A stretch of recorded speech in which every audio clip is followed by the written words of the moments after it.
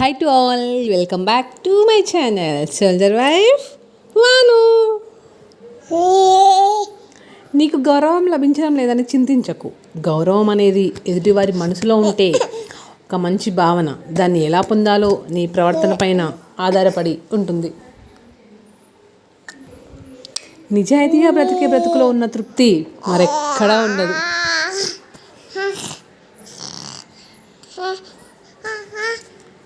ఆనందంగా ఉండడానికి ఏకైక మార్గం కోరికలను తగ్గించుకోవడమే. కష్టం ఎప్పుడూ ఉండిపోదు, సంతోషం రాక మానదు. కష్టాలను ధైర్యంగా ఎదుర్కో, బాధలను ఓపికగా ఓర్చుకో. సంతోషాలు నిన్ను వెతుక్కుంటూ వస్తాయి. మనం ఏ విషయమైనా ప్రత్యక్షంగా చూడకుండా ఎవరో చెప్పిన విషయాలు విని సన్నిహితులపైన, బంధువులపైన విమర్శలు చేయకూడదు. అబద్ధాలతో బ్రతకడం ఆ క్షణానికి బాగుంటుందేమో, కానీ ఏదో ఒక రోజు నవ్వుల పాలు చేస్తుంది. నిజం వల్ల ఆ క్షణానికి బాధపడిన జీవితాంతం తలెత్తుకొని బ్రతికేలా చేస్తుంది.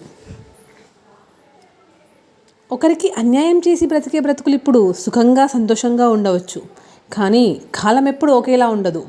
ఎంతటి వారైనా ఎప్పటికైనా అంతకు అంత అనుభవించక తప్పదు. న్యాయానికి నిదానంగా గెలుపు ఉంటుంది. ఎగతాళిగా నవ్వే వాళ్ళని నవ్వని, అసూయతో ఏడ్చే వాళ్ళను ఏడవని. నువ్వు మాత్రం నీలాగే ఉండు. ఏదో ఒక రోజు ఆ నవ్విన వాళ్ళే, ఏడ్చిన వాళ్ళే మీ సహాయం కోసం మీ దగ్గరికి వస్తారు. ఎవరు ఎంత హేళన చేసినా నువ్వు తొందరపడకు.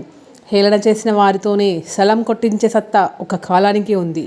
ఓర్పుతో ఉండు. నీ నేర్పు తప్పక ప్రపంచానికి తెలుస్తుంది. ఏదైనా ఇక ముగిసిపోయింది అనుకున్నప్పుడు కూడా ఆశ వదులుకోకు.